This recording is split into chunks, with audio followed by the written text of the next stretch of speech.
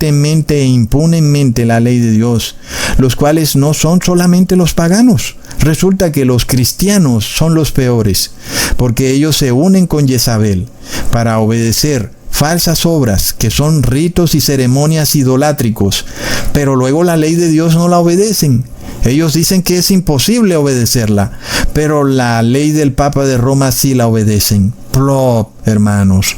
Por mucho tiempo las personas y aún los elegidos fueron engañados por el falso profeta. ¿Acaso te creíste tú que efectivamente se reunirán tanques de guerra en ese pequeño monte de Israel llamado Armagedón? Te engañaron, hermano. ¡Plop! ¿Pensaste en efecto que iban a arrojar una bomba atómica y que el mundo entero se destruiría? Hermanos, miremos en qué consiste esta guerra del Armagedón, que es una unificación de las iglesias cristianas con los reyes de la tierra para irse en contra de Dios. Ellos lo llaman el enemigo invisible. Ahí lo tienen con Donald Trump. Y no estaba Donald Trump aliado con las iglesias evangélicas. ¿Cuántos videos no les hice mostrándoles esa alianza entre Trump y las iglesias evangélicas? Y luego, ¿a quién llamó él el enemigo invisible? Cuando cualquier evangélico sabe que el mundo está en enemistad con Dios. Entonces, ¿a quién llama él el enemigo invisible? Hermanos, y acá tenemos otra prueba para que estemos apercibidos. Es otra señal que el gran día de la ira de Dios se acerca, para que ustedes no sean engañados y terminen recibiendo las 7 últimas plagas de la ira de Dios. Leamos en Malaquías capítulo 4, versículos 5 al 6. He aquí yo os envío al profeta Elías antes que venga el día de Jehová, grande y terrible. Él hará volver el corazón de los padres hacia los hijos y el corazón de los hijos hacia los padres, no sea que yo venga y hiera la tierra con maldición. Recontra mega plop. Oh, los evangélicos estaban felices predicando su evangelio de la prosperidad. Ven al templo, a la casa de Dios.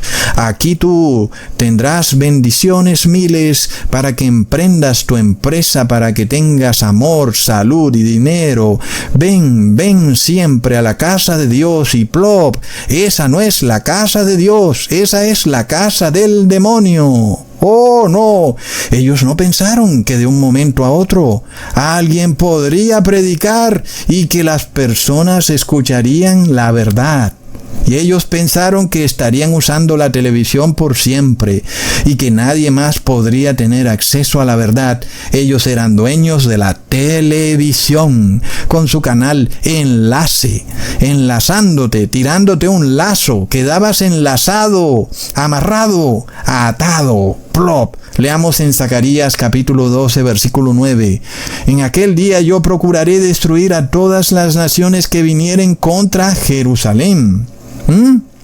Hermanos, miremos que el falso profeta se ha dado gusto engañando a las personas, haciéndoles creer que estos versículos hacen referencia en los tiempos finales a la Jerusalén terrenal. Y aún este señor Armando Alducín enseña que él no sabe quién es el anticristo, que puede ser Putin, que puede ser un hombre de Siria, que él no sabe, que tal vez sea un bebé que acabó de nacer, que por allá a los 40 años se revelará como el anticristo, pero que por ahora no se sabe quién es el anticristo. Lo vemos, hermanos, es que parecen como afanados para tratar de ganar tiempo hasta que puedan pasar su decreto global, ese decreto que vimos con Jehú, en donde ellos piensan que están haciendo algo para su victoria, cuando están haciendo algo para su derrota. Miremos que los sacerdotes de Baal pensaban que con Jehú tenían la victoria. Todo el que no adore a Baal será muerto. Y entonces todos los hipócritas salieron a unificarse en el templo en torno a Baal, y plop, era una trampa. Ellos piensan que este decreto que está por sacar la Iglesia Católica, de obligar a las personas a reposar en domingo, o de adorar a la Trinidad, o de obedecer las leyes sanitarias del Papa, va a ser su éxito. Pues tengo malas noticias. Va a ser su fracaso estrepitoso. Hermanos, esto está claro. Cuando nosotros vemos a la ciudad de Jerusalén, vemos a una ciudad pagana. Es una ciudad que no reconoce a Jesús como el Salvador, ni siquiera obedecen la Torá. Ellos obedecen estos rituales ceremoniales y ni siquiera eso lo obedecen. Andan con los dedos enrollados, andan enrollados en batas blancas, se ponen un cubo en la frente, una cantidad de rituales de brujería que están descritos claramente en el libro de Ezequiel, que está muy evidente que en la Jerusalén actual lo que reina es la brujería. Ahí no están los 144,000 siervos de Dios. Ellos están regados por toda la tierra. Por eso este pasaje bíblico, cuando nos muestra a Jerusalén, nos revela a los 144,000. Ellos son una confirmación de que la autoridad de Dios no puede ser abolida. Leamos en Zacarías capítulo 12, versículo 3. En aquel día yo pondré a Jerusalén por piedra pesada a todos los pueblos. Todos los que se la cargaren serán despedazados. Bien que todas las naciones de la tierra se juntarán contra ella. Hermanos, aun y cuando la situación sea de lo más terrible, cuando la presión sea de lo más horrible sobre nosotros, siempre tengamos presente que en los tiempos finales van a haber personas guardando la ley de Dios.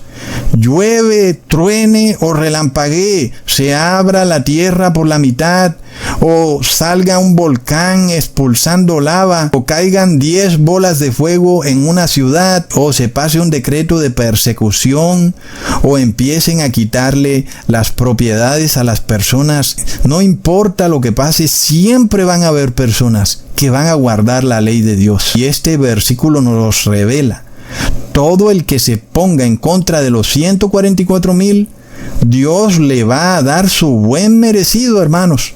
Puede que haya algún hermano que sea mártir, pero ya vemos que siempre van a haber hermanos vivos guardando la ley de Dios en los tiempos finales. Hasta que Jesús venga en su segunda venida, estaremos guardando la ley de Dios, hermanos. Eso sí, todos logramos la victoria sobre el pecado. Porque obviamente que si no logras la victoria sobre el pecado, terminarás siendo parte de la reunión ecuménica. Terminarás metido en el templo de Baal, en un ecumenismo del demonio. Plop. Miremos, hermanos, esto que es muy claro. Recordemos que durante el 2020 yo les decía, hermanos, los reyes de la tierra podrán pasar todo el decreto que quieran, pero siempre van a haber personas en este mundo que no van a recibir el menjurje. Y no fue cierto que se cumplió, hermanos. Yo les decía, hermanos, no importa lo que hagan, habrán personas vivas que dirán, yo no recibí eso. Y no es cierto que ha ocurrido, hermanos. Aquí lo tenemos de prueba, hermanos. Es tremendo. Leamos en Zacarías capítulo 12, versículo 11. En aquel día habrá gran llanto en Jerusalén, como el llanto de Hadad Rimón en el valle de Megiddo. ¿Será que efectivamente vamos a irnos todos al monte Megiddo en Jerusalén? Qué bueno que no queda en Jerusalén. Pero miramos que se nos dicen las dos zonas al mismo tiempo. Llanto en Jerusalén y llanto en el valle de Megiddo, que no quedan juntos. Entonces vemos que es algo simbólico. Y vemos que ese llanto tiene que ver con que el pueblo de Dios se aflige, se arrepiente. El pueblo de Dios se da cuenta de que todo lo que ha hecho hacia atrás, desobedeciendo la ley de Dios, le ha traído dolor a Jesús, le ha traído sufrimiento verdadero y real a Jesús. No ha sido algo ficticio. Jesús realmente ha sufrido por nuestra desobediencia a la ley. Leamos en Zacarías capítulo 12, versículo 10. Y derramaré sobre la casa de David y sobre los moradores de Jerusalén espíritu de gracia y de oración. Y mirarán a mí, a quien traspasaron, y llorarán como se llora por hijo unigénito, afligiéndose por él, como quien se aflige por el primogénito. Es tremendo, hermanos. Miremos todo lo bueno que Dios tiene preparado para nosotros, para los que se esfuerzan en guardar la ley, para los que aceptan que la ley de Dios es el estandarte de vida, los que se esfuerzan por obedecer los mandamientos y decretos de Dios, los que tienen la verdadera fe que mueve montañas y que obtiene lo imposible. Para ellos viene una lluvia de bendiciones, un derramamiento final del Santo Espíritu de Jesús, donde la gracia de Dios nos otorga la vida eterna. Pero amaremos a Jesús igual como una madre ama a su hijito. Y ustedes saben, hermanos, como cuando una madre le pega a su hijo y luego como que le duele más a ella que al niño, pues así va a ser ese amor que será derramado sobre el pueblo santo de Dios, el cual cuando viola la ley de Dios le va a doler más a él, porque sabe el daño que le ha causado a Jesús. Así como cuando una madre le pega a su hijito y le duele más a ella que al niño. ¡Plop! Ahora vamos a ver esas heridas de Jesús y nos van a doler, como si nos hubieran causado esas heridas a nosotros mismos. Es un amor bello, es un amor indescriptible. Leamos en Zacarías capítulo 13, versículo 2. En aquel día, dice Jehová de los ejércitos, quitaré de la tierra los nombres de las imágenes, y nunca más serán recordados. Y también haré cortar de la tierra a los profetas y al espíritu de inmundicia. Volvemos de nuevo al principio del video.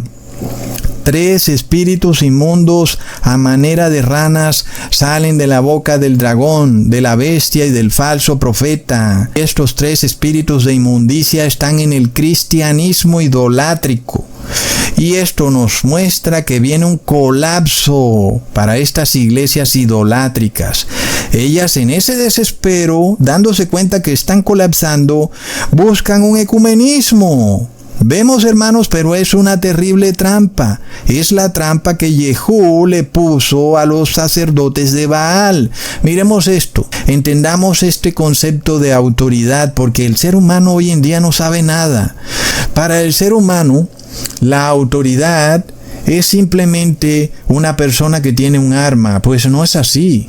El que tiene autoridad la tiene porque Dios se la ha dado. ¿Ok? Y de esta manera, todo aquel que en verdad representa la autoridad de Dios es porque obedece a Dios. Leamos algo que está muy claro en la epístola de el capítulo 13 de Romanos. Sométase toda persona a las autoridades superiores, porque no hay autoridad sino de parte de Dios, y las que hay por Dios han sido establecidas. De modo que quien se opone a la autoridad, a lo establecido por Dios resiste, y los que resisten acarrean condenación para sí mismos. Hermanos, ¿acaso el que tiene autoridad la tiene porque tiene un revólver o un cañón o un portaaviones o un lanzallamas? Porque si así fuera, entonces los bandidos tienen autoridad, y esa autoridad supuestamente vendría de Dios. Entonces, no es el arma la que da la autoridad, no es el arma, como le hacen creer los falsos profetas a las personas. Oh, que porque él porta la espada, por eso tiene autoridad. Pues si así fuera, los delincuentes tendrían autoridad, porque ellos también portan la espada.